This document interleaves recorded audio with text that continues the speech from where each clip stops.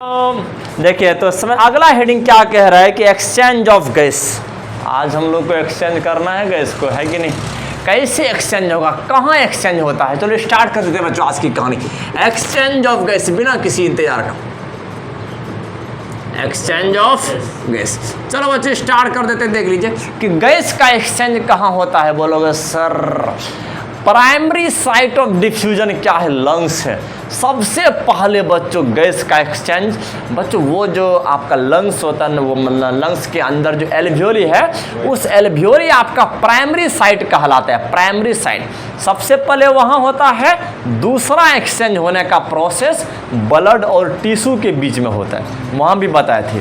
Blood जब tissue के अंदर एंट्री मारते हैं ना, वहाँ भी दीवार लगा हुआ है बच्चों, वहाँ पर भी सिंपल डिफ्यूजन होता है। लेकिन पहले डिफ्यूजन कहाँ हुआ बच्चों, एल्वियोली के दीवार पर हुआ। तो बच्चों एल्वियोली आपका प्राइमरी साइट कहलाया। क्या कहलाया? Primary site of simple diffusion कहलाया बच्चों एल्वियोली। तो यह बात याद रखना है। चलो अब हम छोटा छोटा बात करते हैं, देख लीजिए। हाँ, तो प्राइमरी साइट जो होता है, प्राइमरी साइट बच्चों पहला जगह है बच्चों जहाँ पर एक्सचेंज होता है गैस।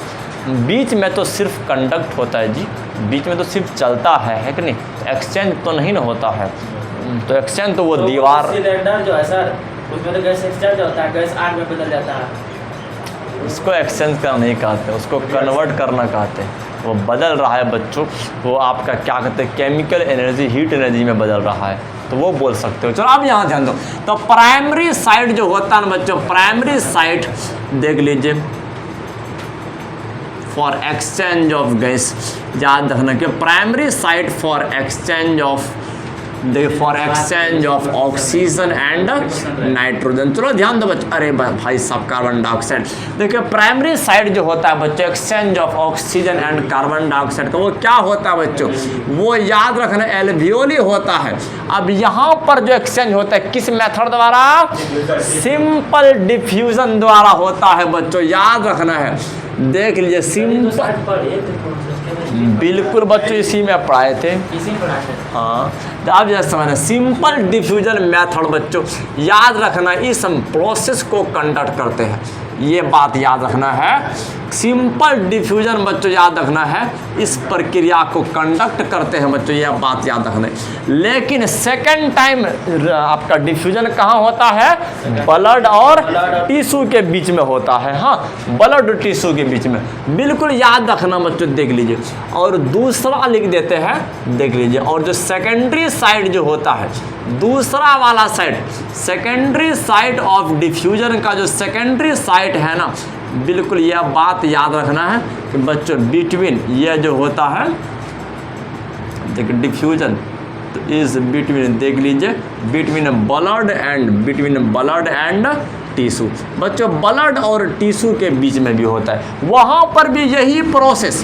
तो यही प्रोसेस बच्चों डिफ्यूजन ही वहाँ पर भी काम करता है, वहाँ पर भी डिफ्यूजन प्रोसेस ही काम करता है। हाँ, दो साइड होता है एक्सचेंज का, एक तो एल्वियोली हो गया, दूसरा बिटवीन ब्लड एंड टिश्यू। हाँ, तो ब्लड और टिश्यू के बीच का दीवार पर बच्चों एक्सचेंज होता है, वहाँ पर भी सिंपल डिफ्यूजन मेथड आपका काम करेगा। हाँ, आखिर ये जो डिफ्यूजन के द्वारा क्या कहते हैं, जो फ्लो हो रहा है बच्चों हमारे लंग्स से, पहले एटमॉस्फेयर से लंग्स में जाना ऑक्सीजन, फिर लंग्स से ऑक्सीजनेटेड ब्लड में जाना, फिर वहाँ से टिश्यू में जाना, यह प्रोसेस कैसे होता है, कौन इसको कंडक्ट करता है बच्चों, पता है, याद रखना है। तो due to gradient in pressure, कि प्रेशर में बच्चों डिफरेंस होने के चलते, ज़्यादा कमी होने के चलते, जानते हो।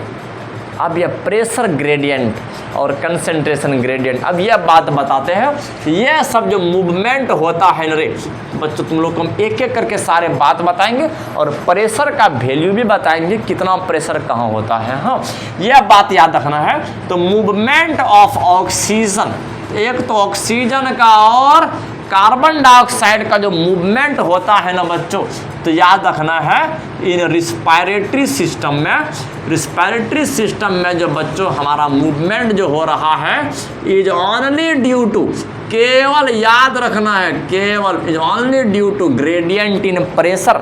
बच्चों due to gradient in pressure, बच्चों प्रेशर में ज़्यादा कमी होने के चलते due to gradient in pressure, बोलोगे सर बहुत अच्छा लग रहा है सुनने में, लेकिन प्रेशर में ज़्यादा कमी सर कैसे?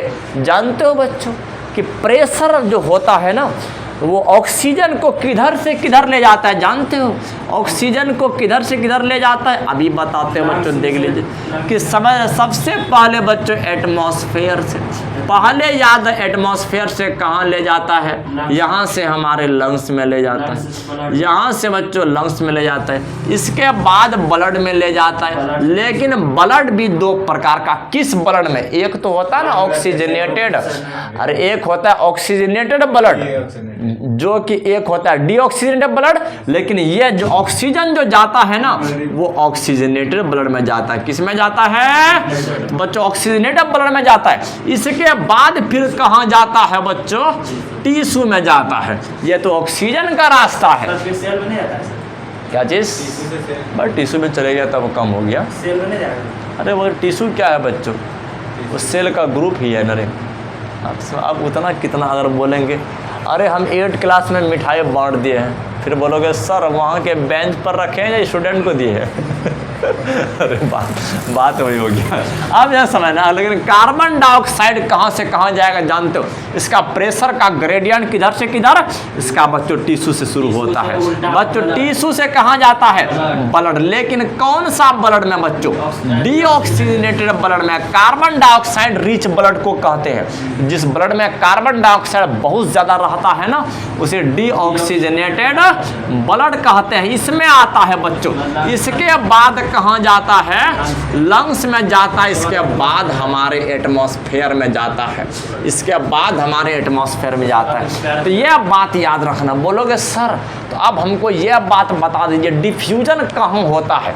एक तो डिफ्यूजन यहाँ होता है बच्चों, इस जगह होता है, इस जगह डिफ्यूजन होता है बच्चों कि जब समझ लंग्स और ब्लड के बीच में जब होता है, और दूसरा डिफ्यूजन यहाँ होता है ब्लड और टिश्यू के बीच में होता है। ऑक्सीजन में भी 2 बार डिफ्यूजन और कार्बन डाइऑक्साइड में भी पहला यहाँ होता है, पहला यहाँ होता है बच्चों और दूसरा यहाँ पर होता है, दूसरा यहाँ पर होता है, नहीं तीसरा नहीं होता। लंग्स और एटमॉस्फेयर तो दम रास्ता जुड़ा हुआ है, बीच में कोई मेम्ब्रेन नहीं है। तो चलो देख लीजिए 2 जगह पर होता है। बोलोगे सर कार्बन डाइऑक्साइड इधर से उधर जाएगा क्या? इसका दादा का घर है जो इसी रास्ते से जाएगा? हाँ बच्चों प्रेशर तो कुछ देखिए, तो प्रेशर को याद रखना बच्चों, बहुत बार एमसीक्यू में पूछे जाते हैं, है कि नहीं? तो हम एक एक करके सबके बारे में लिख देंगे बच्चों। हमारे एटमॉस्फेयर में प्रेशर क्या होता है, एटमॉस्फेयर में क्या प्रेशर होता है बच्चों, बिल्कुल हम ये भी बता देंगे। इसके बाद ऑक्सीजनेटेड ब्लड में सर, इसके बाद याद रखना लंग्स में सर क्या कंडीशन है, इस लंग्स में क्या कंडीशन है यहाँ भी बताएंगे बच्चों। इसके बाद ऑक्सीजनेटेड ब्लड में क्या कंडीशन है ये भी बताएंगे, याद रखना है कि ऑक्सीजनेटेड ब्लड में इन दोनों गैस का क्या कंडीशन है यह भी बताएंगे। उसके बाद डीऑक्सीजनेटेड ब्लड में सर क्या कंडीशन है यह भी बताएंगे, टेंशन नहीं लेना है। तो बच्चों डीऑक्सीजनेटेड ब्लड में भी बताएंगे। तीसरा टिश्यू के अंदर क्या होता है वो भी बताएंगे, टेंशन नहीं लेना है। सर यहाँ शुरू में रेस्पिरेटरी गैस, क्या चीज़ रेस्पिरेटरी गैस बच्चों अभी हम लिख रहे हैं बच्चों, सब लिखते हैं, सब लिखेंगे, सब लिखेंगे, टेंशन मत लो, हम है तो गम नहीं बच्चों। पहले थोड़ा सा हमको डायग्राम बनाने दीजिए, है कि नहीं, स्टैंडर्ड रूप से समझना है। देख लीजिए एनसीईआरटी अपना भाषा पे चलता है, सर ये भी एकदम कम से कम 10-15 पेज तो डायग्राम में रहता है। देख लीजिए नहीं हो रहा था वो देख लीजिए। अब ये समझना, चलो सबसे पहले एटमॉस्फेयर का नंबर आता है, पहले हम गैस का नाम लिख देते हैं बच्चों। यह बात याद रखना है, पहले गैस का नाम, ऑक्सीजन के साथ क्या हो रहा है और कार्बन डाइऑक्साइड के साथ क्यों क्या हो रहा है, क्योंकि हमारे रिस्पायरेशन में गैस तो और भी है, नाइट्रोजन गैस भी है, लेकिन वो लोग का रोल नहीं है बच्चों। रोल तो इन्हीं दोनों का है कि नहीं, कि जैसे हमारे एटमॉस्फेयर में बिरयानी जब बनता है इतना महकता है। ह्यूमन पे तो 2 ही चीज़ चाहिए सर, कार्बन ऑक्सीजन चाहिए और मतलब कि ज़रूरत के अनुसार ऑक्सीजन चाहिए, छोड़ने के लिए कार्बन डाइऑक्साइड चाहिए। अरे चाहिए तो और सब चीज़, नाइट्रोजन भी चाहिए। तो बच्चों एमिनो एसिड कैसे बनेगा, प्रोटीन कैसे बनेगा, लेकिन नाइट्रोजन नाक से नहीं चाहिए, उसको तो हम लोग क्या कहते हैं, फ्रूट से लेते हैं, या तो फिर बच्चों क्या कहते हैं, वो प्रोटीन का यूज़ करते हैं, नाइट्रोजन जाता है। पता है न रे बच्चों, नाइट्रोजन को इस फॉर्म में यूज नहीं किया जाता है, नाइट्रेट के फॉर्म में यूज़ किया जाता है, नाइट्राइट के फॉर्म में, जिसको नाइट्रोजन हो गया और कोई गैस है सर इंसान? हाँ, और सब बहुत सारा गैस है, बहुत सारा गैस है इस प्रकार से। हाँ तो समय ना, हाँ लेकिन रिस्पायरेटरी गैस, जो गैस रिस्पायरेशन में भाग लेते हैं ना, वो आपका ये दोनों गैस है। हाँ वो आपका ये दोनों हो गया रिस्पायरेटरी गैस। अभी यही दोनों का रोल देख लीजिए बच्चों कैसा है कि एटमॉस्फेयर में, चलो हवा में बच्चों दो गैस होता है, देख जहाँ पर रिस्पायरेटरी गैस हमारे लिए दो गैस होता है। तो एक तो ऑक्सीजन, इसका प्रेशर बच्चों कितना होता है जानते हो कि 159 होता है। बोलोगे सर 159 मिलीमीटर ऑफ Hg, जानते हो बच्चों मिलीमीटर ऑफ Hg ना जब प्रेशर का यूनिट है। हाँ मिलीमीटर ऑफ Hg बच्चों, यहाँ पर Hg ना मरकरी को दिखाते हैं, इस समय मापा जाता है प्रेशर को। तो बच्चों यहाँ पर ध्यान दो कि अब हमारे नाक में जाने वाला है। अरे अगर हम यह बात बता देते हैं कि अगर बच्चों गेट, वो छोटा सा गेट है और दो बंदा इस गेट में एंट्री मारने वाला है, एक ताकतवर है एक कमज़ोर जैसा है। बच्चों जो ज़्यादा प्रेशर लगाएंगे ना आगे वही जाएगा, जाएगा न रे, आगे वही जाएगा।